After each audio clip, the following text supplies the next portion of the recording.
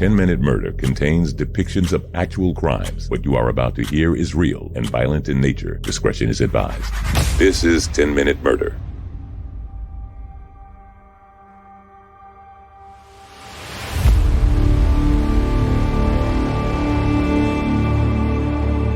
Welcome to the Brief and Bingeable True Crime Podcast. I'm Joe, the host, and this is 10-Minute Murder. Thanks for being here today. If you're brand new to the podcast, thank you for checking it out, and I hope you'll consider sticking around. You can subscribe or follow or whatever your app says, and when you subscribe, you'll automatically get new episodes. You won't have to go searching a couple of times a week to find out if old Joe has uploaded a new episode or not, or if he's talking about himself in the third person. Also, let me invite you to connect with 10-Minute Murder on Facebook and Instagram. Links for that are in the show notes of this episode, or you can just as easily type it into the search bar and it'll pop right up. I post visuals on social media that go along with the stories you hear about. It's nothing gross and it's nothing graphic, but enough for you to put a face with the names that you are hearing about. The story today is about a Detroit mother. During the process of being evicted from her townhouse in 2015, it was discovered that inside a deep freezer were two bodies stacked on top of each other. They had apparently been there a long time. It took 3 days for them to thaw, and identification and autopsy could be performed. They were the mother's own children, Stephen and Stoni. Mitchelle Blair had apparently killed them and kept them in the freezer for a couple of years.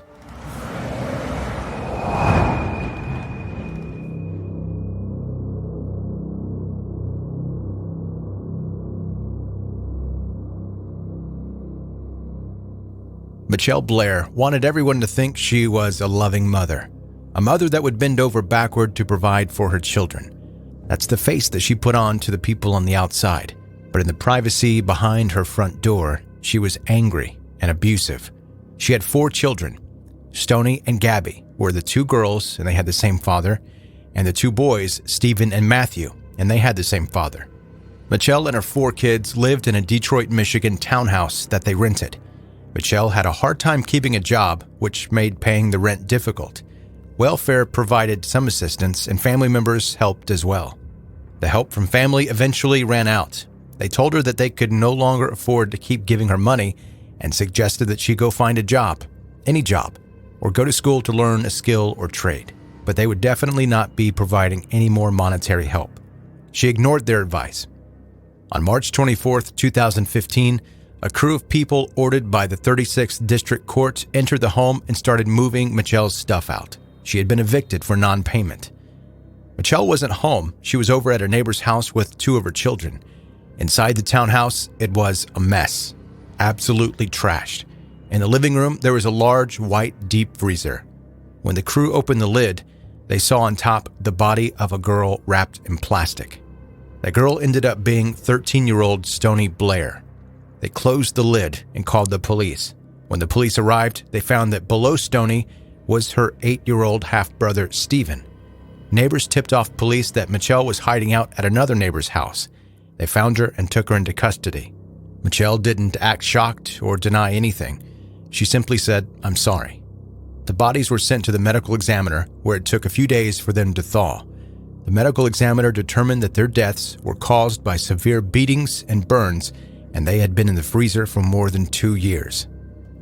The reason Mitchelle said 2 of her kids were dead and in the freezer is because they were sexually abusing Matthew, the youngest son, so she killed them. In court, Mitchelle testified that she came home one day to find Matthew playing with dolls, posing them inappropriately. She asked why he was doing that, and that conversation led to Matthew telling Mitchelle that Stephen had been raping him. Over the course of the next couple of weeks, she severely beat Stephen. The abuse included choking him and pouring scalding hot water on him. He eventually died from the abuse. She didn't necessarily intend for Stephen to die, but she was okay with it. She put his dead body in the freezer. About 9 months later, she found out that Stoni was also in on the sexual abuse of Matthew. She beat and tortured Stoni until eventually suffocating her 13-year-old daughter to death. She told Gabby, the oldest child, to put Stoni in the freezer with Stephen's body. There is some question to the truth of whether or not Matthew was actually sexually abused. The prosecutor in the case referred multiple times to the lack of evidence of an assault on Matthew. It's not known if he told anyone other than his mother, and the 2 children accused were killed, so they can't speak for themselves. We only have the word of Mitchelle Blair, and she says that while she was hitting Stoni, Matthew was standing there saying, "Do it again, do it again," and he wouldn't have encouraged her to do that if Stoni was innocent. Mitchelle explained the timeline of events like this. Stoni was first sexually abusing Stephen and threatened him not to say anything. Stoni and Stephen then started sexually abusing Matthew. Matthew tells his mother about what Stephen was doing to him. Stoni beats and threatens Stephen to keep him quiet and not tell on her. Stephen was killed.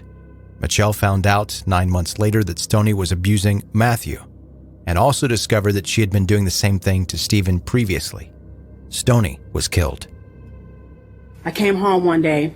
My daughter Gabrielle, my oldest, met me at the door, and she's like, "Mom, come see what Maddie doing with his dials." He was making one dial, his little wrestle man, hump on top of the other. No, I'm like, "Maddie, why was you doing that?" I said, "Anybody ever do this to you?" He said, "No."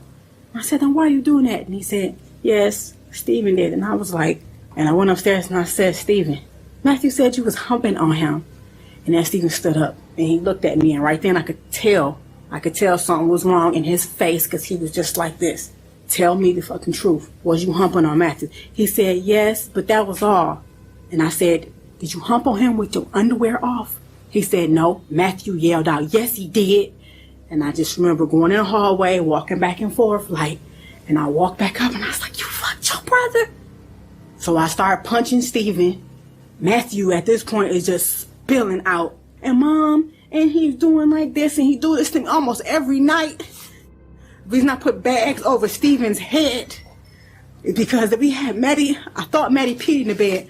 Didn't know it was Stephen waking up every morning pissing on Matthew like he was a damn piece of shit, okay? They had bunk beds. Stephen would get out the bed in the middle of the night. You would rape him in his own bed. You would pee on him instead of going to the bathroom. I'm waking up every morning thinking Matthew's a bedwetter. The reason I put bags over Stephen's head is because my son told me that the plastic on his bed, because I thought he was a bedwetter, he said, "Sometimes, Mom, I couldn't breathe. Stephen was laying on me and he had my face down and the plastic on the bed. I couldn't breathe and he was humping on my butt like a basketball." That's when I got a garbage bag and started putting it over Stephen's head. He lost consciousness. I did that a couple times. You were intending to inflict serious physical harm, but not kill him? Definitely. Okay. You talked about choking him. Did you also burn him? Yes, I did. Okay, how did you do that? Hot water. Scalding hot water. In our bathroom, the hot water gets extremely hot. I stood him in the bathtub naked. You fucked up my son with your dick, you know? So yes, I threw hot water in his genital area multiple times. I threw hot water on him repeatedly. Did it make him burn? Yes, it did. His skin came off. Did you also make him drink Windex? Yes, I did, because Matthew told me in the middle of the night he had took him in the basement and he made him drink the blue stuff from under the sink. And I'm like, what blue stuff? So I walked Maddie downstairs. He showed me what I said. "You made Maddie drink fucking Windex." Okay, again, you knew you were seriously harming him, but you didn't intend to murder him. No. Okay. But your actions ultimately caused his death. Yes, they did. Okay. And if I had killed Stephen intentionally, I definitely would be proud to say I did. I don't feel no remorse for the death of them demons. What did you do to Stoni Blair that makes you guilty of premeditated murder? I intentionally killed her. How did you do that? When I found out about what Stoni was doing to Matthew, it was 9 months later after finding out about Stephen.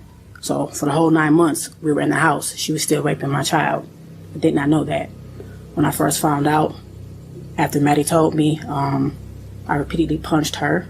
My son, I told him to tell me every single thing she did to him. So as she was telling me, he was telling me more and more things that she did. I assaulted her every time he told me what she did to him. By assault, I mean I punched her.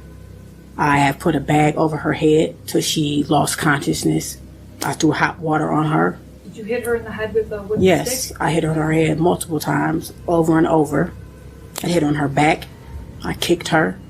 You said you killed her by putting a grocery bag over her head? Yes, I put a bag over her head, but it got worse that day. Yes, I did. It got worse that day because Matthew would tell me how she would take her menstrual pad and squeeze her blood out in his mouth. Okay. And it was over with after that. It was over with. You meant to kill her? I definitely meant to kill her. If I had a chance to do it again, I would. She was standing in the bathtub. I was throwing hot water on her. My son was standing outside the bathroom door, and he was telling me everything he was telling me. I looked at her, and I'm like, "You did this?" And she's like, "Yes." So I actually had a stick, and I was hitting her in the head. Every time he told me something, I hit her very hard in her head, and I was throwing hot water on her. And when I actually took her out of the bathroom, I took her back in her room, and I just kept staring at her, and I said, excuse my language, but I'm like, why the fuck would you do this to him? Just like, I'm constantly asking her. She kept saying, I hate him. And she admitted to me that she hated Gabrielle, she hated Steven, she hated everybody. And I'm asking her why. She says, everybody always think Matthew's so cute. And I'm like, I meant to. I definitely meant to. And I do not feel any remorse for what I did to Stoni. The two living children have undergone counseling and evaluation. During that time, evidence of long-time physical abuse of Gabby and Matthew was evident in the form of cuts, chipped teeth, scars, and burns. They both confirmed that they had been beaten by Mitchelle Blair, their mother, for their entire lives. Mitchelle Blair was sentenced to life without parole.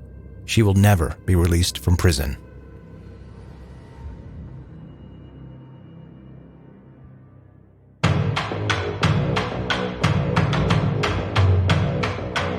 That is today's 10-Minute Murder, the brief and bingeable true crime podcast. Thanks for listening today.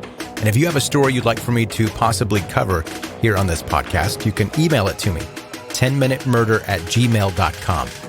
You can also easily connect with this podcast on social media. Just click the link in the show notes of this episode, or even easier, type 10-Minute Murder into Facebook or Instagram, and you'll see it pop up.